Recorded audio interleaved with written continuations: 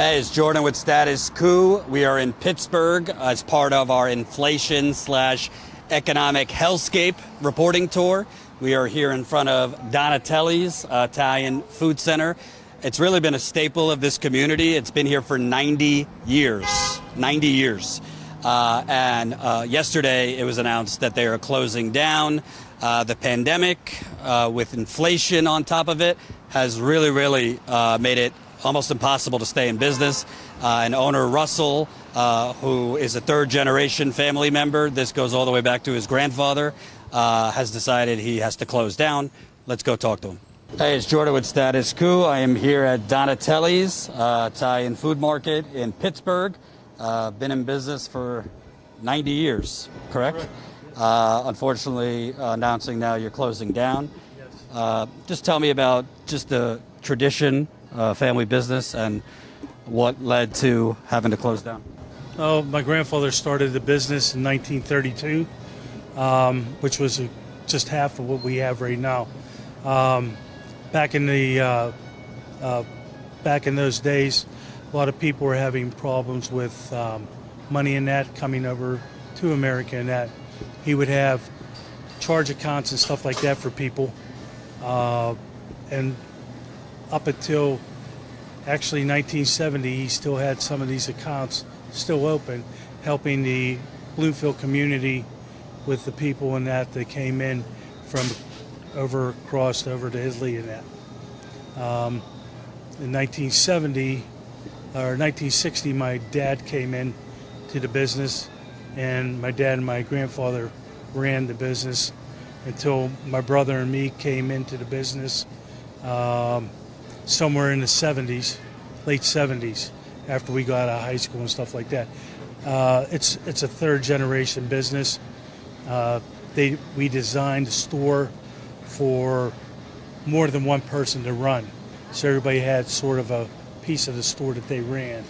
I did all the physical, making pasta products and sausage and things like that, whereas my brother did more of the deli work and ordering and stuff like that. My dad and my grandfather did billing and things. So everybody had their own job in that.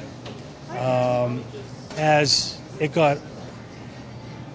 my father got older, my grandfather is retired and then passed away. My father developed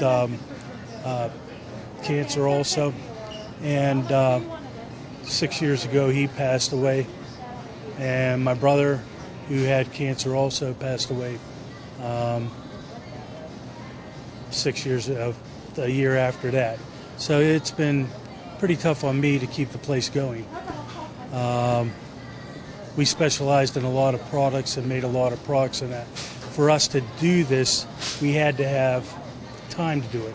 So with all that, I don't have the amount of time to be back here and do product and stuff like that. So everything gets taken away little by little.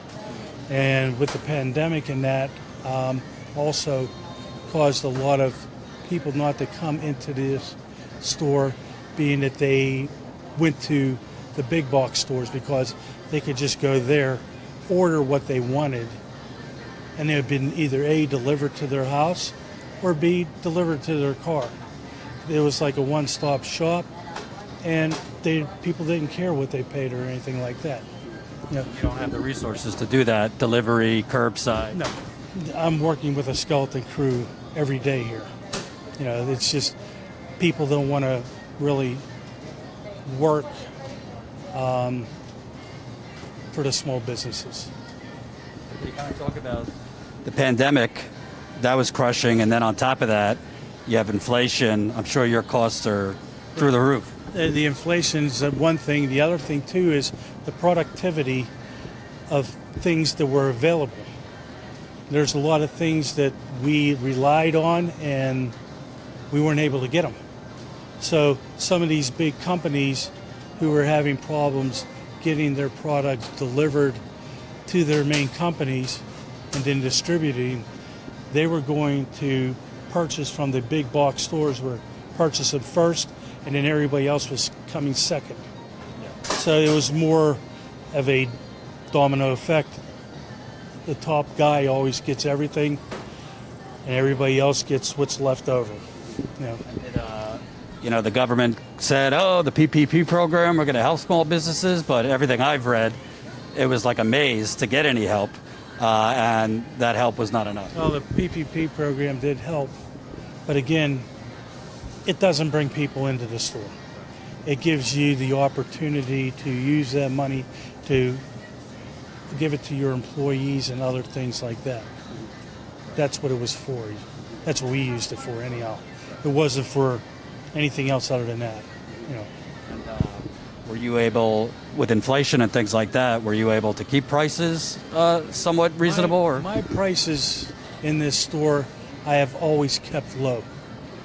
I mean, people come in there and say, how can you possibly keep it this low? I said, I'm not a big box store. I says, I don't have the overhead of these big companies.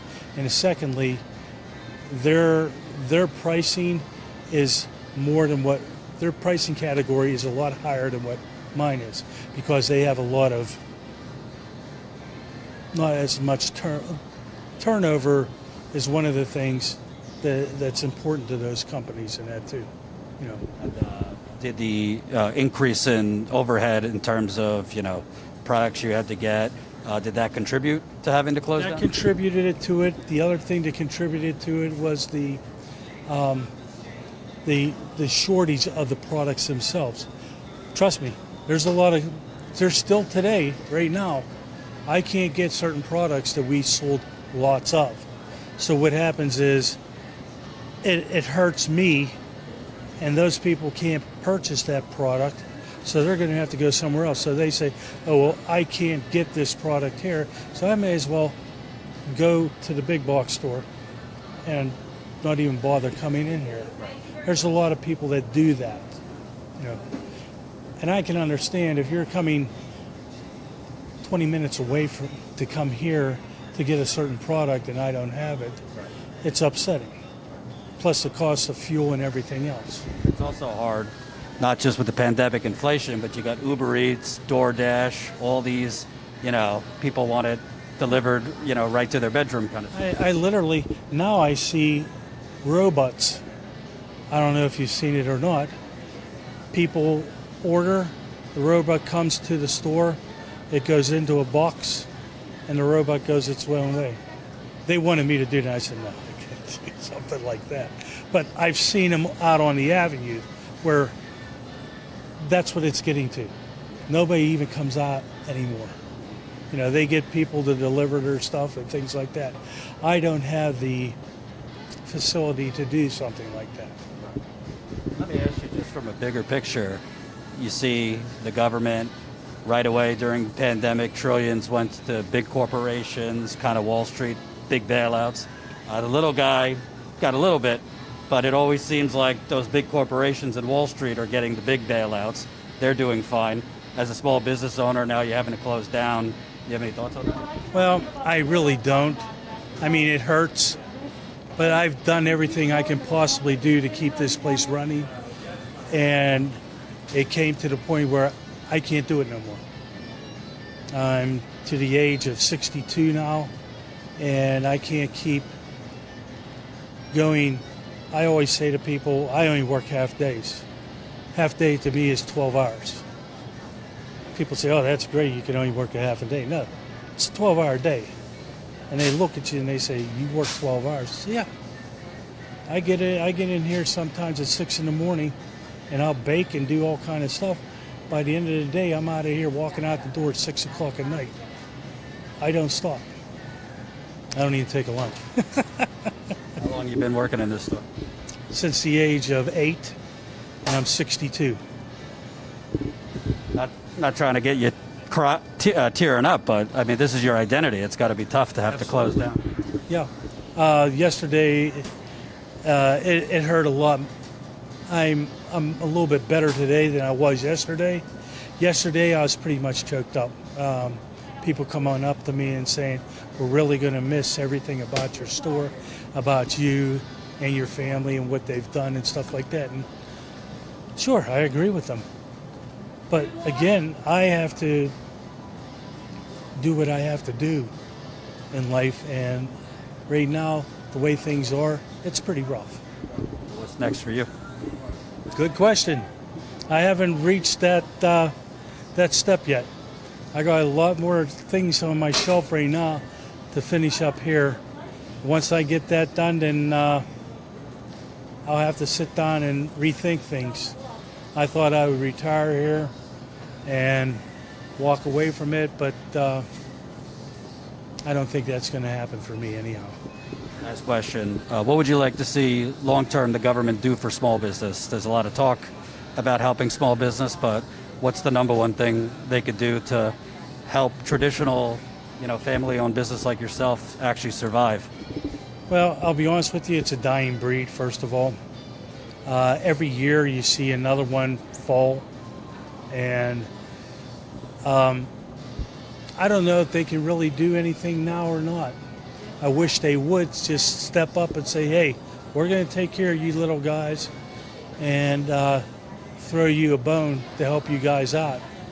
But again, they've done what they could possibly do. I feel they have. And, it helps only a little bit. But again, you can't compete with, like I say, the big box stores. I mean, at one time, this area in Bloomfield was thriving. You had 4 car dealerships. You had a linen place that did linen. You had 4 bakeries. You had 2 butcher shops, 2 grocery stores, plus a main grocery store at the end of the Bloomfield Bridge. You had all this stuff here. The community itself was self-sufficient. Now it's not self-sufficient. Everybody that's living here and shops for whatever they can get here, they have to turn around and go somewhere else to buy their car, service their car, get clothing, get furniture. All that stuff was all here. As a matter of fact, years and years ago, Drake's Bread, which is Schwabel's, was at the end of the bridge down there at the Bloomfield Bridge. That's where they made the bread. I mean, you're talking back in the early 70s, late 60s, these places were all here. And that street out there was jam-packed, hustle and bustle. And it's a lot different now, as you can see. Sorry to see the store go. Thank you for taking the time. I appreciate it. My pleasure.